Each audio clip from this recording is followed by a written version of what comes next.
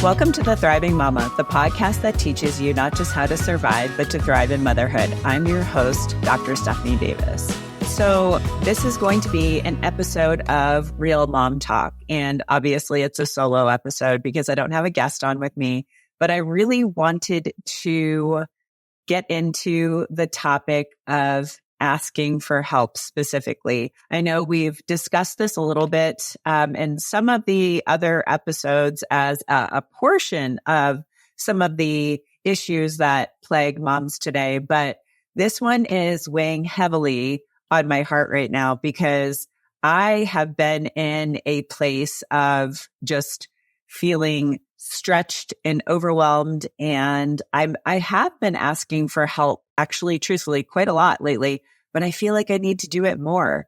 And that brought up some feelings inside me. And I'm like, I wanted to get to the root of it because that is what I do, in my practice. I do it in my everyday life.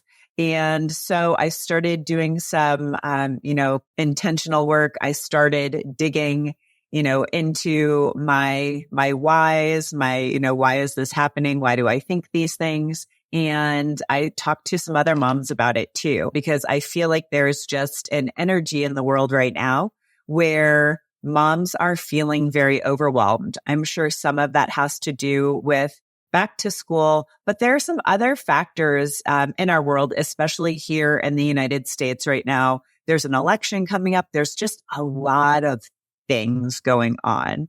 And I feel like when we feel stressed or overwhelmed, these kind of external factors compound that. So we're going to be getting into all of that today.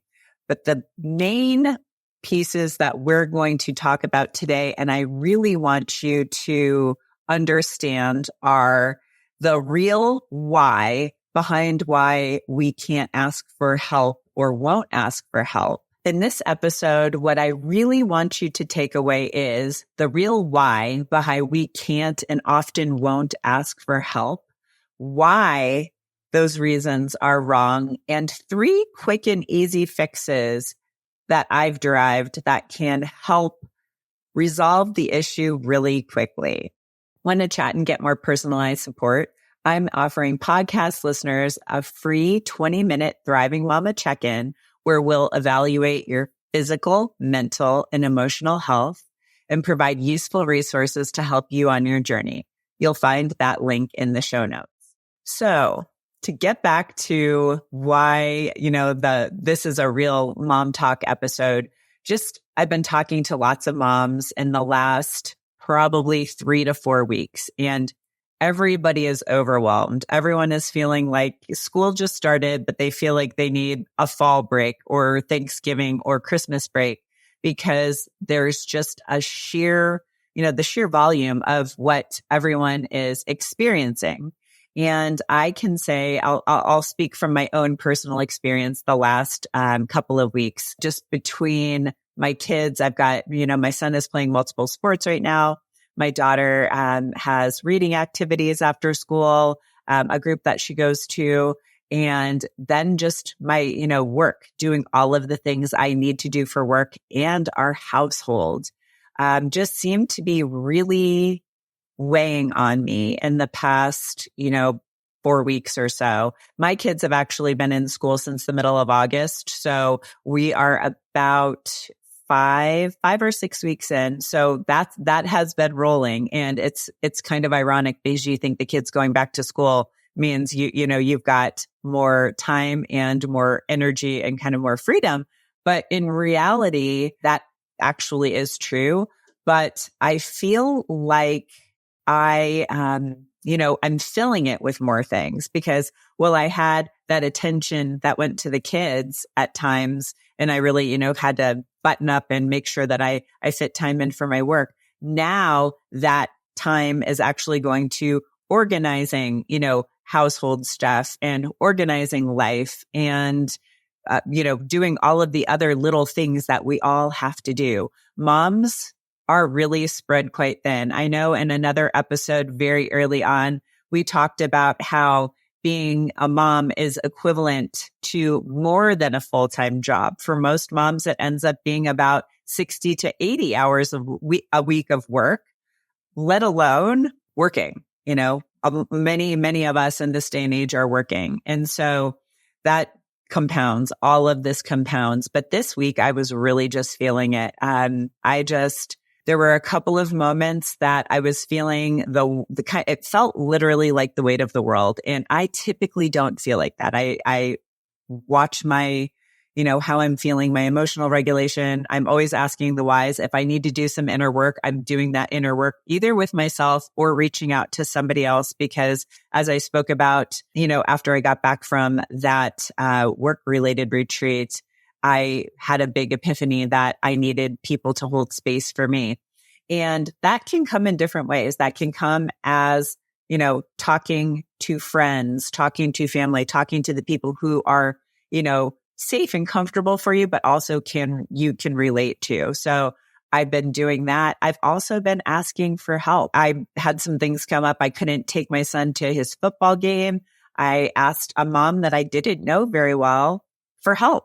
And she did. She stepped up and said, anytime you need it, which I so greatly appreciated. In the last couple of weeks, I've had to ask for help a lot in various aspects of life, whether it was like help getting my kids to and from places or just help with work. I have asked a VA to come onto my team to help me out with some of the workload because there's a lot going on and I just don't have the woman power, the woman hours to do it all.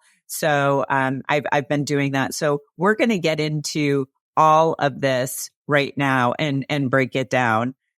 So first, I wanted to start off with the real why behind why we won't or can't ask for help. First of all, there's almost the obvious one. It's modern societal expectations. There's this expectation that's been set that moms can do it all. And I don't believe that is accurate. It really couldn't be further from the truth. And we've talked about this again in other episodes where moms used to have a village. They had a tribe. They had, a small community. And that is just, it's something that's kind of a fallacy in our modern world because we have so much going on. We really do have all of the activities with our kids. They go to school. Many kids play sports or an instrument or do dance lessons or, all sorts of, there's so many things. I hear of kids going to drama classes or voice classes. There's all sorts of things, going on in our lives. And that usually bleeds into not just the actual work day, but it bleeds into your evenings and it bleeds into your weekends. And, we have to find ways to, get support with that. So that modern expectation of moms being able to do it all, I think is a complete fallacy. And we need to rewrite this script right now because the whole reason I started this podcast was because I saw so many moms struggling with things like this, but with so many things. The second piece is our own expectations. So we had that societal expectation, but our own expectations and beliefs that a standard we hold ourselves up to, and it's often perfection. And that's not realistic. It's also a trauma response. The I have tos or I shoulds. No, we don't have to do this. So when I'm working with people or even considering myself, I ask myself, why do I feel this way? And I ask people, why do you feel this way?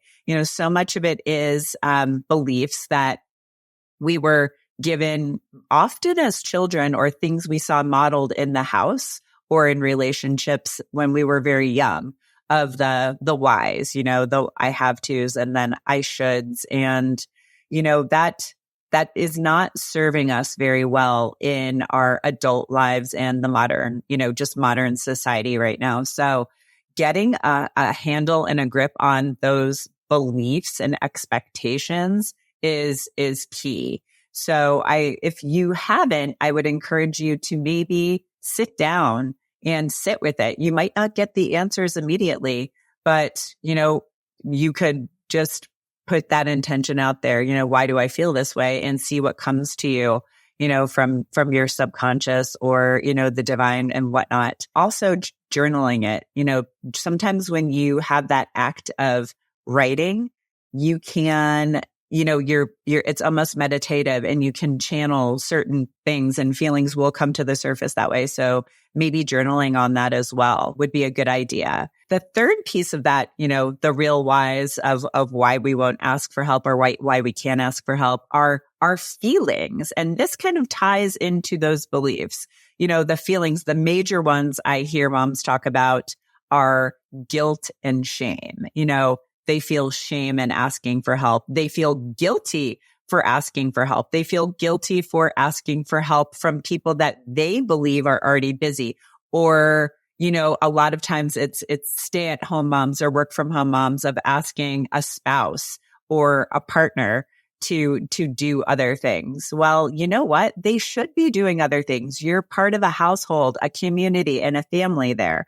And they should be helping out too. So you should never feel guilty for asking for help for that. That is often, it's an us thing and not a them thing. So getting to the root of those guilty feelings and those, feelings of shame. And I will note that when I'm doing like emotional work and trauma work with people, so much of it is rooted in worthiness. And I know this is probably a subject I beat like a dead horse, but that feeling of unworthiness or I'm not good enough or I don't deserve it, that will control your life if you don't do something about it and address it and get ahead of it. So I wanted to make sure that, we understood why this is happening and, kind of the real whys and where these feelings are coming from. And then switching gears, why that's wrong. It's wrong because again, that societal belief, that's just, in my world, I feel like that's just BS. It's a narrative that's been put out there by various, places. I don't really want to get into like the details of all that right now because there are so many rabbit holes that we could go down on the whys and the messaging and what comes from media and what has come from different social groups. But that, there's that societal piece. That's just wrong. It doesn't have to be that way. We are the ones who can make the change. And it starts with us, just having grace and being kind to ourselves. Life is always going to be filled with those stressors, like I mentioned before, school, activities, job, just life in general. And then self-care for yourself, care for your family. There's so many, balls in the air that we have now and so much going on.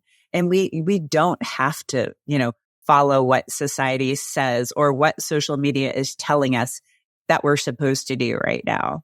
So I wanted to put that out there on it. It doesn't have to be this way. We're allowing it to be this way and we can be the change. And I would propose that we should. There's kind of a movement in my local community where I'm seeing moms reaching out to help each other a little bit more and being more intentional and being aware of other moms' needs. And it's amazing and beautiful to watch. And it makes me very excited to see that there is some momentum building for change in this aspect.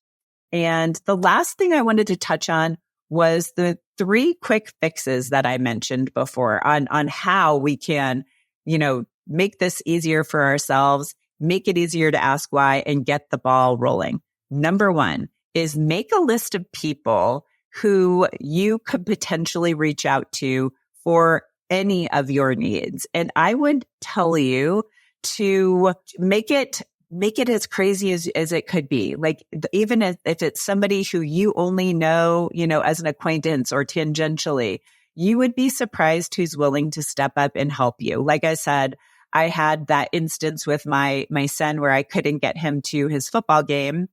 And there were a couple of moms on a thread for, we were texting. It was the 6th grade moms for, sixth grade football moms, because there's not a lot of 6th graders on our middle school team.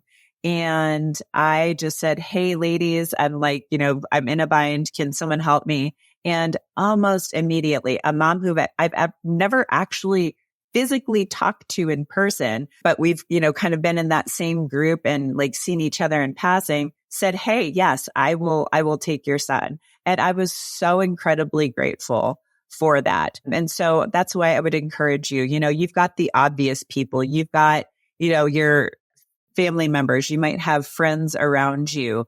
But I would encourage you to think about what other people are in your social circle or just realm or community that you could reach out to, because I'm not even going to guess. I know that group is bigger than you think it is. And truly, when you need help, people will step up.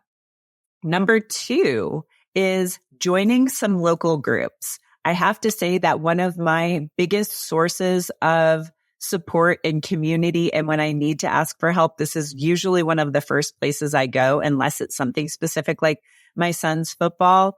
Although I will say, if no one in that group, that text thread that I mentioned had stepped up, I probably would have reached out to this group, because I know that there are women in there who would step up and support me. And so this is like a little shout out. And I know for my one of my very first episodes, I interviewed Cara Kelly, who she started Raw, the Real Authentic Women Entrepreneur Group here locally, but it's not just a local group. It's actually a nationwide group, but worldwide group. It's out in, she's from Australia. We have people in the group who are from Australia, from the UK. There's people all over the world who are in this group. But locally here, she has created something absolutely beautiful. She's created a place for women to come and be understood and seen and heard.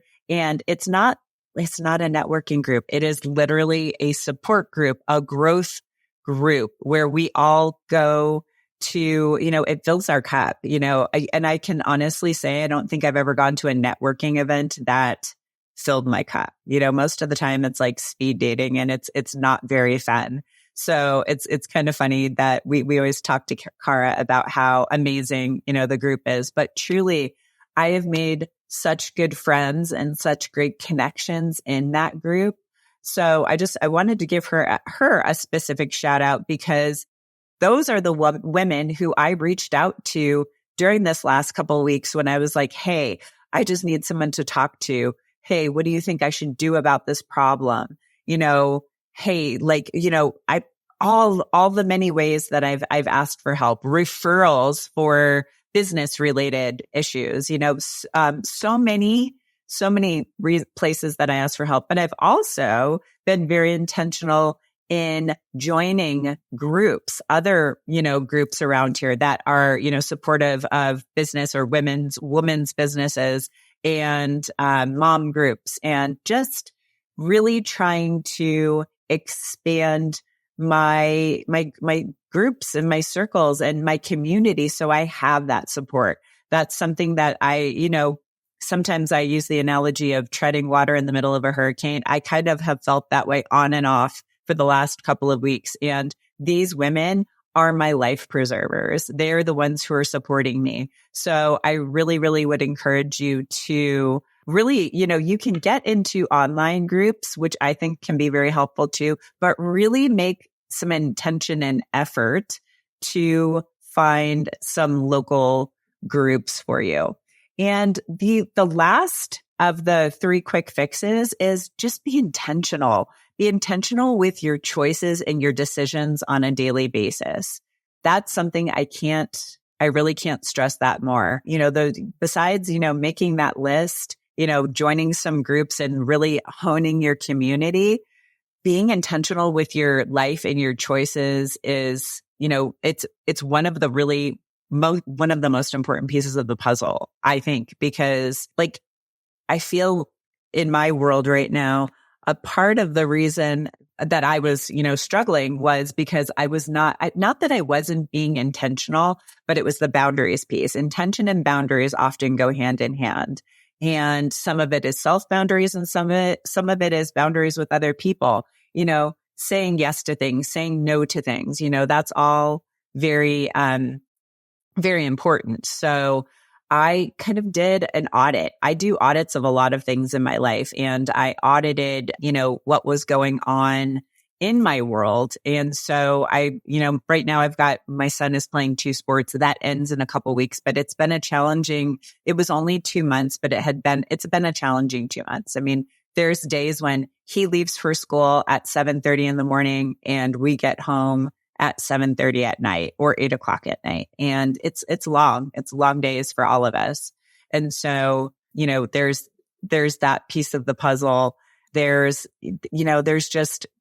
so much that we can be more intentional about. For me, that's a big thing. We've had just birthday parties, and we've had events like just social gatherings. And that's actually something I see a lot of moms struggle with in my world, is that, sometimes those social gatherings, and while they can be very, very appealing, I feel like it's not always the best thing to do. It's not always the best thing for yourself and your family. If you have, let's say a given Sunday, this was actually a scenario from some of the moms I was talking to at, we had a soccer, it was called the Family Feast, where they got all the families in our soccer club together. Some of the moms literally went from church to this soccer event where that was, a couple hours. I think it was like 2-3 hours. And then they had to rush their kids home because they were going to other events later on that night. And then they weren't going to get home till very late. You really need to question, is that something you really should be doing if you're already feeling tired and stressed out, even if you do have community? Because some of those people I was talking to, they actually do have a pretty decent support network. They've got family around, they've got friends who can support them as well. But at some point, it's like, is it good for you? Is it supporting your life and health goals? There's a lot of things to consider when we're being intentional and setting boundaries. And as I've said before, sometimes setting boundaries with other people and saying no to things, or sometimes saying yes to things, is much easier often than saying no to ourselves. So I think we really need to practice being more intentional. I think we get caught in the FOMO, lots of people have that fear of missing out. I will say that I don't feel that anymore. I often, there are some times when I feel a little twinge of it, and it's kind of funny because when it comes to me now, I'm like, oh my gosh, that's what that is. And I haven't felt that in so long. So so I would say being more intentional with all of your life choices is going to pay dividends in the end. Like I know next fall when, sports season rolls around, I'm going to consider whether or not my kids are playing 2 sports at once, because it's the first time we've ever done it. And it really was a struggle. And we kind of only have 2 weeks left, and I'm so grateful for that. But yeah, experience teaches us. And so this was a big experience for me, and a lot of the moms that I've been talking to, many of us are feeling this way. And so I just wanted to say to you in closing, it can be done. Even though there are some very real and valid reasons why we feel like we can't ask for help, that's, like I said, it's just wrong. It's just, we don't have to follow, society's outline. We don't have to, listen to what the external sources are saying.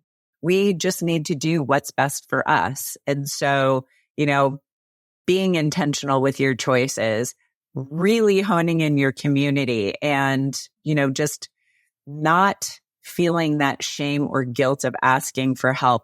Truly, there really is no shame in that.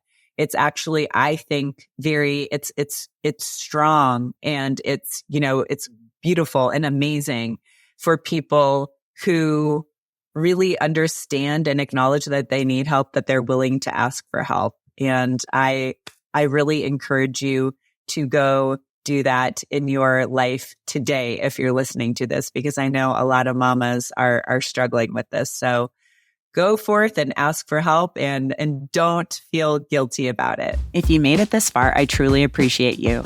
Remember, knowledge is just the beginning. Taking action is what truly sparks change. If you're overwhelmed and don't have enough energy to make it through the day, I invite you to book a free 20-minute coaching call with me. It's a no-obligation chat where we can discuss your health goals and how I might be able to help you achieve them. Visit the link in the episode description to book that call. Until next time, keep striving for wellness, and remember, you have the power to not just survive, but thrive in motherhood.